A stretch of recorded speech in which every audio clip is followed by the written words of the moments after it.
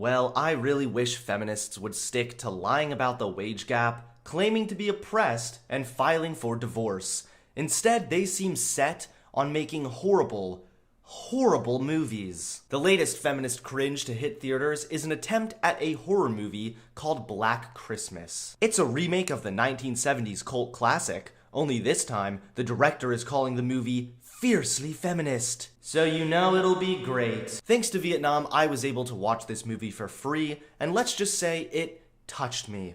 Not like an emotional, well-written, well-executed film might. No, it touched me like a Catholic priest. What's up everybody, Hunter Avalone here, and welcome back to a brand new video. I really hope everyone had a very Merry Christmas. I know I did. I got to go over to my family's house, I got to get some cool gifts, I got to give some cool gifts, and I got to spend the whole day with my family, with my fiance, and my wonderful daughter. So I had an absolutely wonderful Christmas, and I hope you guys did also. However, not everyone did apparently, because the ho-ho-hos are at it again. Today we will be reviewing a new feminist horror Christmas movie that tries way too hard to educate me. Now I know, any movie made by a feminist is technically a horror movie, but this was a real attempt at a scary movie. Now if you haven't seen this movie yet, don't worry, because today I will be breaking down the entire plot and reviewing the film with you all. So without further ado, let's review this horrible feminist horror movie. Universal released Black Christmas to theaters earlier this month. Directed by Sophie Takal, she boasts about the film being written and directed by women. However, after seeing this film, I would certainly not brag about it, because if anything, it only makes people doubt women's abilities to direct films. Obviously, I'm being a bit hyperbolic. Of course, women can direct movies. It's feminists who cannot. According to the director herself, my version of Black Christmas is about a group of women who are sorority sisters at a college who start to disappear one by one. The remaining sisters have to figure out why these women are disappearing and who's responsible for it, and eventually, once they figure out who the bad guy is, they have to fight for survival. That's pretty much exactly what happens, only with a plot twist so bad, you'd wish the world had ended in 2012. Now, I absolutely love horror movies, but this movie was not a horror movie. It followed every single cliche horror movie trope imaginable without bringing anything original to the table. The movie kicks off with a sorority girl getting stalked and killed in cliche fashion. Seriously, the sorority girl thinks the bad guy's following her, turns to confront him and realizes he isn't a bad guy. The bad guy's actually in front of her. Then he disappears. She trips over something random, and the killer reappears, and the girl gets stabbed with an icicle.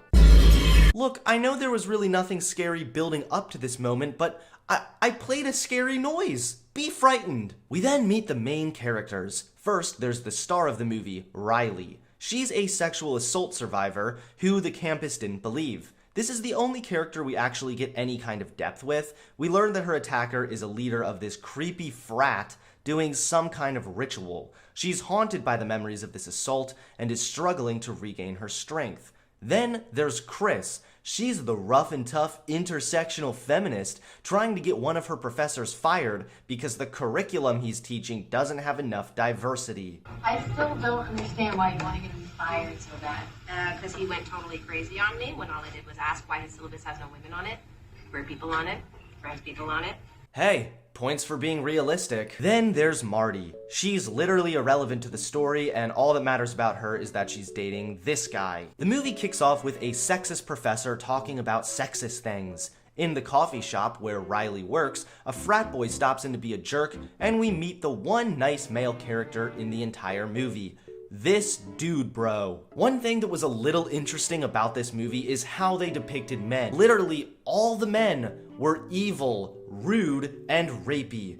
Except dude, bro. He's quirky, awkward, two-dimensional, and only exists to remind us that no matter how good your intentions may be, you're always contributing to the patriarchy. Next, the sorority sisters are preparing for a Christmas performance. While the girls are getting ready, Riley begins looking for one of her sorority sisters who's gone missing. While she's searching, she stumbles upon a frat doing some kind of ritual where they put this black goop from a statue on their forehead. Riley finds her friend getting pushed around by a, you guessed it, rude, rapey frat boy. Riley helps her friend out before returning to the house where the girls are finished getting ready. They dress up as Santa and begin singing about how frat boys are rapey.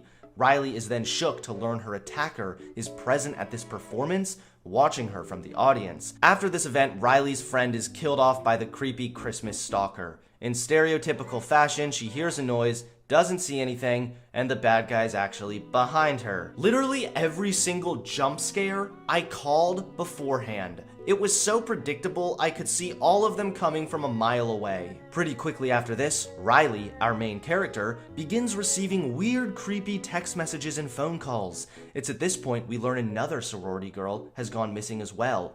But it's not the girl we just saw get killed. No, this is a different girl. I know, look, don't worry, I couldn't keep up either, okay? It was executed so poorly and passively, it was hard to follow and even know who was who. It's funny because the director claims she had a responsibility not to make a film with disposable female characters. But that's exactly what this is. No character development ever took place, so these are just random, forgettable sorority sisters going missing. We have no reason to care or empathize with Riley, and we certainly don't feel any fear or suspense. It just felt like the script said to do this, so they did it. A delay of some sort. Snow. My friend is missing. In a panic, Riley goes to campus security for help. However, the campus security man is mean, misogynistic, and behaves exactly how a feminist thinks men behave. He even eats mayonnaise like the disgusting mayo cracker he is. This could have actually been a decent scene, depicting how sometimes women are not taken seriously, and that's a bad thing. But instead, it's stuck to every single male stereotype. Anyway, the campus security was no help whatsoever, so Riley is looking around some more for her friend when she has a suspicious run-in with the sexist professor. He has a paper with women's names on it. Riley gets spooked and leaves. We are over 40 minutes into the movie at this point, and still nothing has really happened. The movie felt really short and really long at the same time. The pacing was absolutely awful, and it made an already bad movie even harder to get through. Back at the sorority house, Riley begins fighting with her sorority sisters and yelling about the creepy text messages she's been receiving.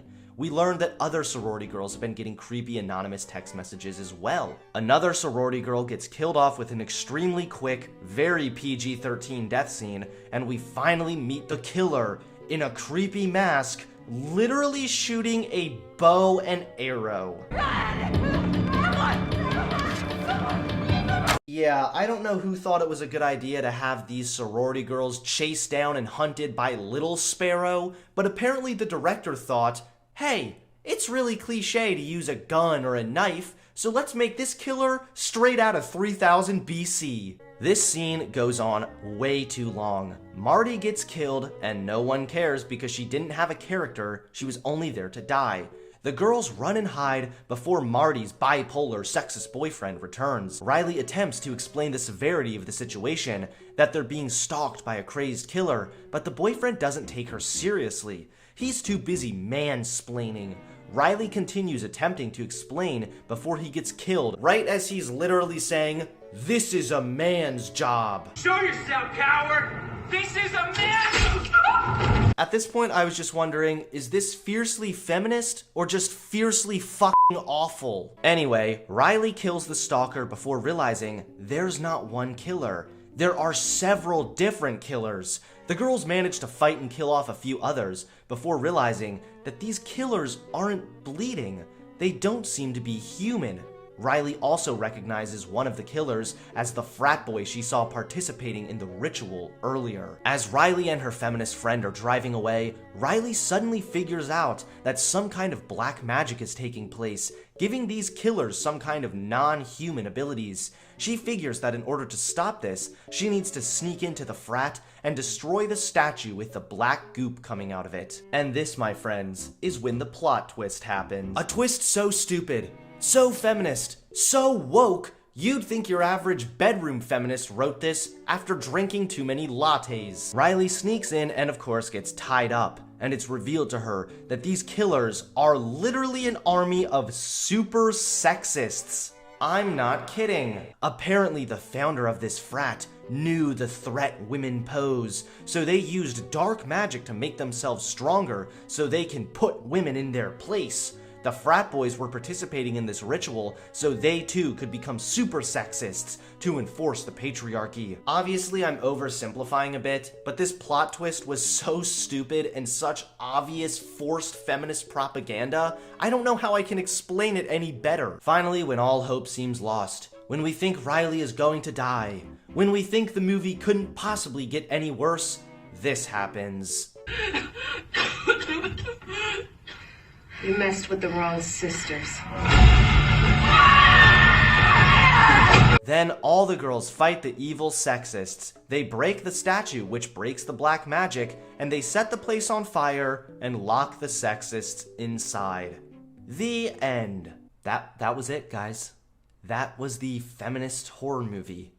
It was even worse than I could have possibly imagined. This movie failed in nearly every aspect. Other than the acting being decent, the plot was difficult to follow and didn't really make a lot of sense. It tried way too hard to push a woke narrative, and the film abandoned any attempt at real scares for cheap politics. It always felt really, really surface level. Trying to wrap in some kind of Me Too feminist women's empowerment thing with a horror movie did not go well at all. The movie tried to depict the struggles of a survivor not being believed, but by mixing it in with this weird fantasy black magic plot, it only made the real world message even more difficult to take seriously. I want to tell you that the movie tried too hard, but instead, it felt like it didn't try at all. It was just a poorly written film thrown together and labeled as a horror movie. There were times that I was watching it that I literally wondered, did they just take a bunch of random clips and